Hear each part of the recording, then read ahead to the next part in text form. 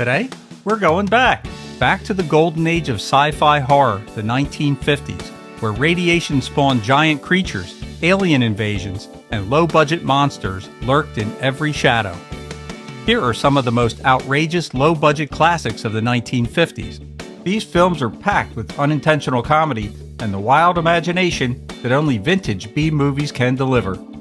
If you love so bad it's good cinema, you won't want to miss these unforgettable sci-fi, gems. Yeah, that's it. Let's get into it. Fantasy, sci-fi, nostalgia, rerun zone. It Conquered the World, 1956.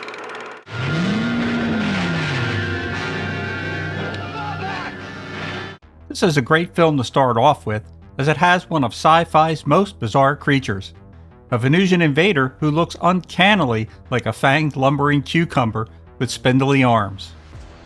This alien antagonist hatches a plan to conquer Earth, controlling humans through a mind-manipulating device that resembles a repurposed vacuum cleaner attachment. In spite of the creature's laughable design, the film's cast, especially Peter Graves, play their roles with unwavering sincerity, creating a sharp and hilarious contrast to the outlandish monster before them.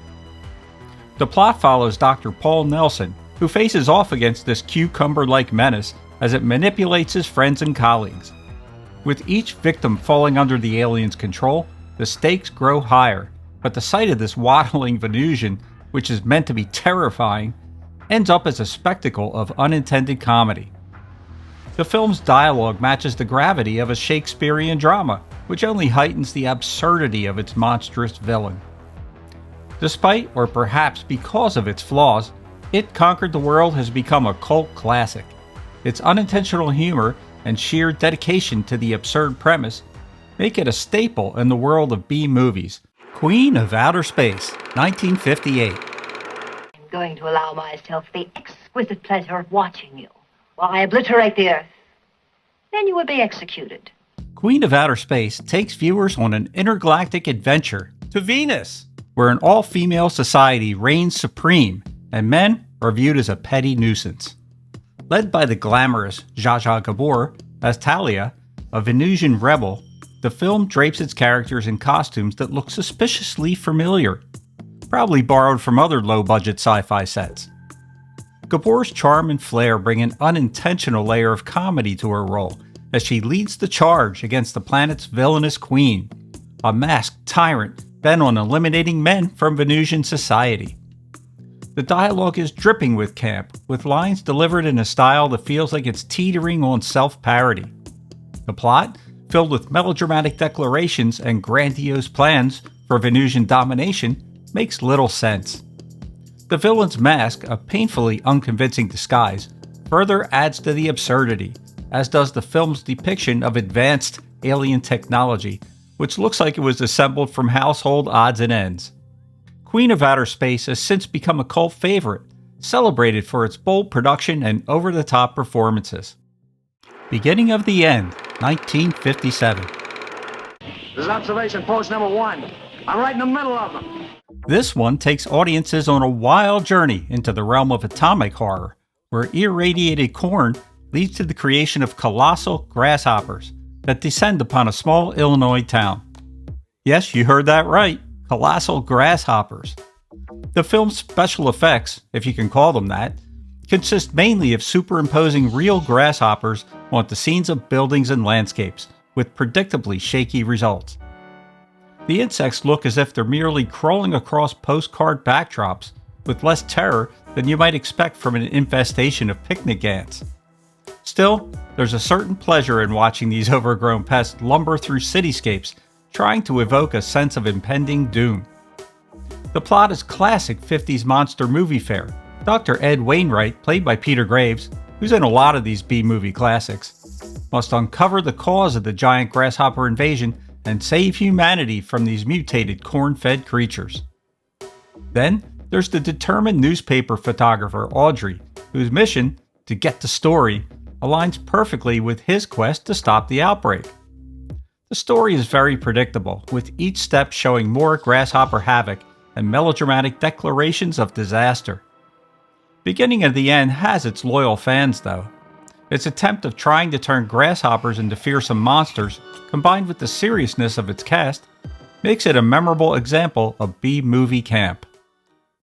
Before I get to the next movie, if you like classic TV, movies, and nostalgia, you're going to love it here at Rerun Zone, so take a minute to hit that subscribe button below. And while you're at it, consider becoming a channel member for as little as 99 cents. It really helps out the channel. Now back to our show. Attack of the 50-Foot Woman, 1958. You're a deputy, do something! Yes. I can't shoot a lady. This one is an unforgettable mix of sci-fi horror and domestic melodrama, making it a unique entry in the world of sci-fi monster movies. Nancy Archer, a wealthy but troubled woman, grows to massive proportions after an encounter with a mysterious glowing sphere. Instead of focusing on her transformation into a towering giantess, the film delves into her tumultuous marriage. Nancy's husband, Harry, is a cheating scoundrel, more interested in his mistress than his now gigantic wife, a storyline that brings a soap opera twist to the sci-fi setup. The special effects for Nancy's growth are primitive, with scenes that rely on superimposing her image over a miniature town. Her giant hands, reaching through windows to capture her husband, look like oversized gloves worn by off-screen crew members. It's precisely this low-budget aesthetic and the melodramatic plot that give the film its cult appeal.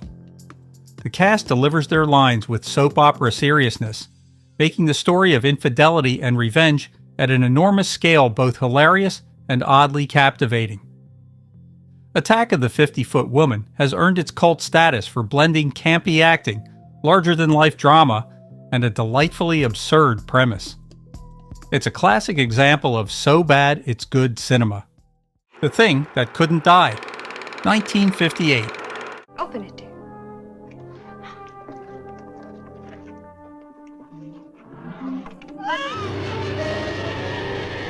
This is a story of supernatural horror as a headless, cursed villain from centuries past is unearthed, promising terror but delivering more slow-burn suspense than actual scares.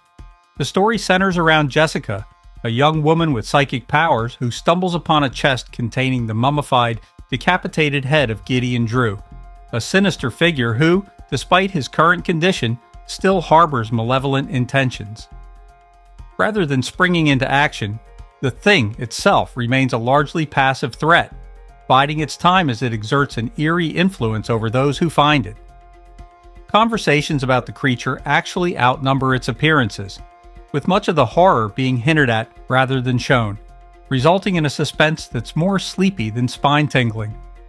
The scares are gentle, with the villain's slow-moving menace create moments that feel more like mild inconveniences instead of true horror. The Wasp Woman, 1959.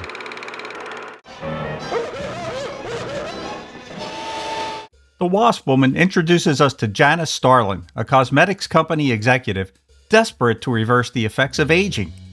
Her quest for eternal youth takes a dark turn when she experiments with a beauty serum derived from wasp enzymes, resulting in her transformation into a terrifying, or maybe not so terrifying, wasp-human hybrid.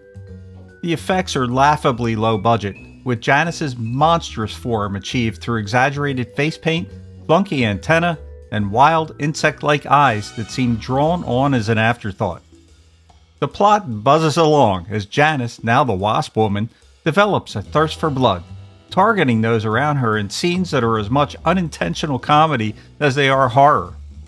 Her attacks are more like a B-movie mosquito than a deadly wasp, with exaggerated lunges and close-ups that showcase the creature's crude makeup job.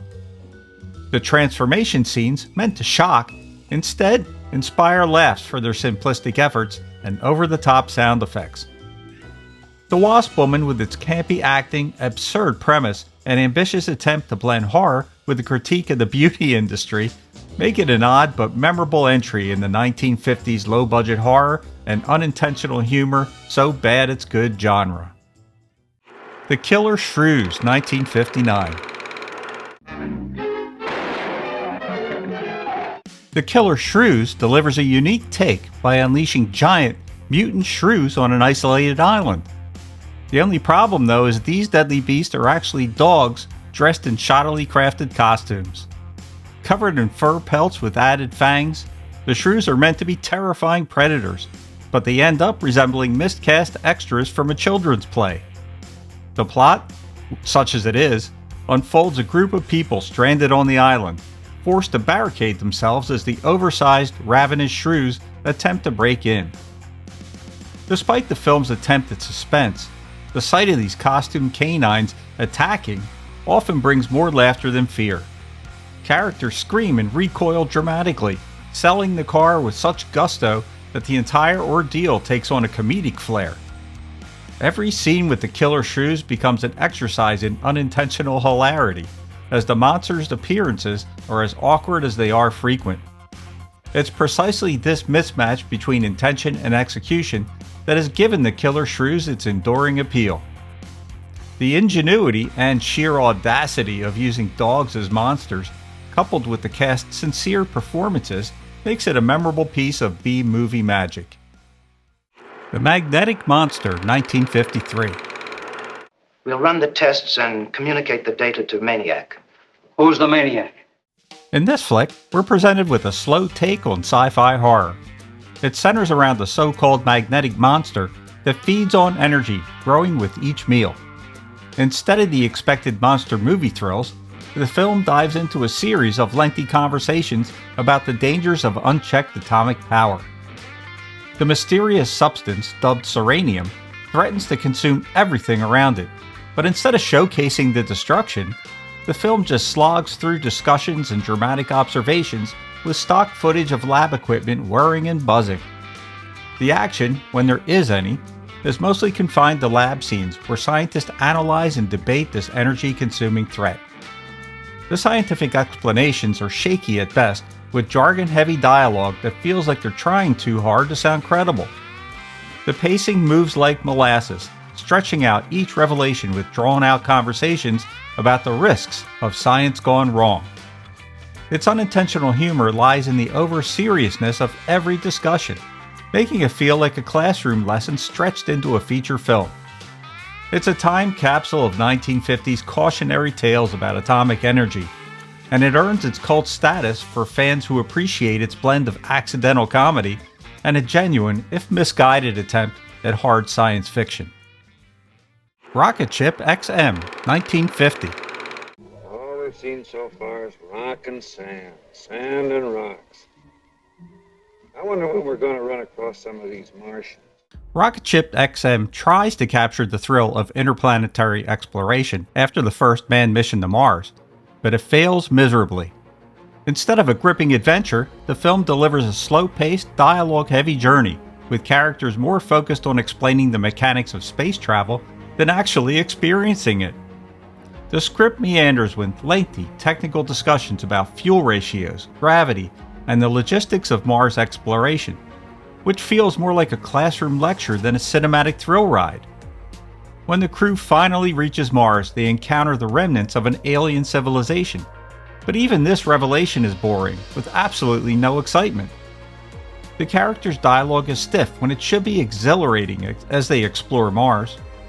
Special effects are almost non-existent, with models and backdrops that make Mars look like a desert vacation spot instead of a distant, awe-inspiring planet. It is one of the earliest serious attempts at space sci-fi, but its slow pace and lack of an interesting story create an unintentionally humorous artifact of mid-century space dramas. Robot Monster, 1953. And there are perhaps 8 people left on Earth. Not perhaps, precisely. Find and destroy them. This film really takes the cake in the world of science fiction absurdity. It introduces viewers to the unforgettable Ro-Man, a creature that's part gorilla, part diving helmet. Ro-Man is an alien robot whose task is wiping out humanity using advanced calcinator death rays. His mission leads him to a barren landscape, populated by a small family and the remnants of human civilization, all of whom seem oddly relaxed given the apocalyptic situation. The film's plot is a haphazard mix of sci-fi, caveman flashbacks, and surreal dream logic, where time travel, ancient beings, and Roman's inner conflict blend into a dizzying spectacle of nonsensical twists. Roman himself is conflicted, torn between his orders to annihilate humankind and his budding and completely unexplained romantic attraction to one of his would-be victims. The plot, if you can call it that, loops and lurches without clear direction, leading to an ending that suggests the whole ordeal may have been a dream. Robot Monster has cemented its place as a cult classic, thanks to its sheer commitment to ridiculousness. With its bizarre production design, Roman's unforgettable costume, and a storyline that plays like a sci-fi fever dream, it's a goldmine for fans of So Bad It's Good cinema. Every scene offers a new level of unintentional comedy, making Robot Monster an essential watch for anyone looking to explore the delightful depths of campy, low-budget filmmaking. The Brain Eaters, 1958. What is that on the back of your neck, May? There's nothing on my neck. I say there is. This flick is a perfect example of low-budget sci-fi horror from the 1950s, a film that was meant to frighten but has since become a cult favorite due to its unintended comedy. The story begins with a mysterious cone-shaped object found in a small town, and soon strange things start to happen. People begin acting odd, as if they're not in control of their own minds. Scientists and government agents are called in to investigate, only to discover that alien parasites have latched onto the townsfolk, taking over their brains and bending them to their will. The Brain Eaters themselves are never fully seen, probably a cost-saving measure. Instead, the horror is conveyed through shadowy shots and eerie music, hoping to make up for the limited special effects budget. The acting is dramatic, with every line delivered as if they're uncovering the deepest of mysteries. But the plot twists are sometimes so wild that it borders on the absurd. The Brain Eaters is remembered not for its scares, but as a relic of 1950s camp sci-fi. It's a film that produces laughter as much as a reminder of a time when even the smallest budgets didn't stop Hollywood from aiming for the stars, or in this case for the brain. Monster from Green Hell, 1957.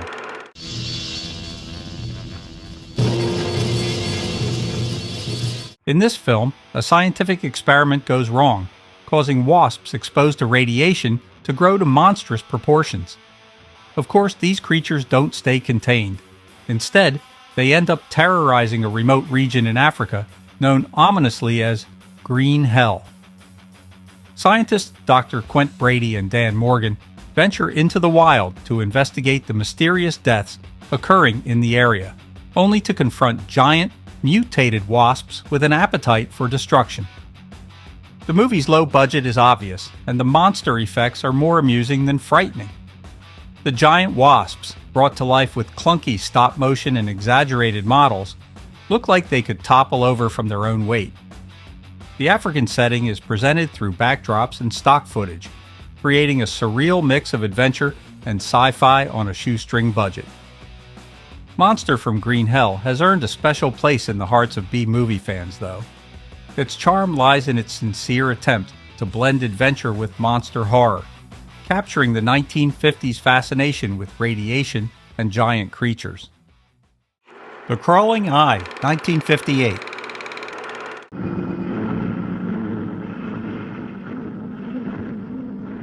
The Trollenberg Terror, known in the US as The Crawling Eye, is a British sci-fi horror film that delivers eerie thrills with a touch of camp. Set in the Swiss Alps, the story revolves around a mysterious radioactive cloud that clings to the Trollenberg Mountain, concealing terrifying, tentacled creatures that prey on climbers and scientists alike. When a series of unexplained deaths occur on the mountain, journalist Philip Truscott, psychic Anne Pilgrim, and Professor Crevitt team up to uncover the deadly secret lurking in the mist. The film's monsters, giant eyeballs with slimy tentacles, are as strange as they are memorable. Despite the limited special effects budget, the filmmakers create an unsettling atmosphere by playing up the misty, foreboding environment, leaving the creatures mostly obscured until the suspenseful finale. The Crawling Eyes are as quirky as they are creepy, And even though their design may appear hokey by today's standards, the film's slow build-up and atmospheric setting keep audiences engaged. The Trollenberg Terror has since become a beloved cult classic and a notch above some of these other films. It's admired for its suspenseful tone and creative, if unconventional, monster design, and it captures the 1950s fascination with mysterious threats and atomic age fears, making it a cherished piece of sci-fi horror for fans of vintage cinema. Not of This Earth, 1957.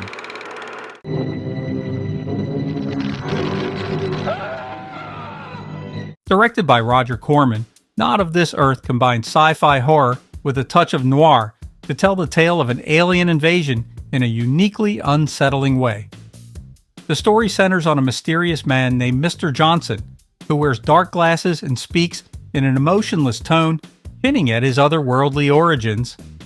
He's come to Earth from the dying planet Davana, and his mission is chilling: harvest human blood to save his people. Lacking the expected ray guns or spaceships, Mr. Johnson instead uses his hypnotic powers and telepathic abilities to control others and carry out his deadly mission. The film's budget constraints are evident, but Corman's direction makes the most of its limitations, focusing on eerie atmospheres and intense close-ups that highlight Mr. Johnson's sinister presence. With black sunglasses that conceal his unearthly eyes, he exudes an unsettling, almost vampire-like quality, adding to the horror as he preys on unsuspecting humans. Not of This Earth has since become a true cult classic, thanks to its intriguing concept and eerie mood. It's a standout in 1950s sci-fi, and it's both an enjoyable B-movie and a dark commentary on humanity's fears of invasion and disease. She-Demons, 1958.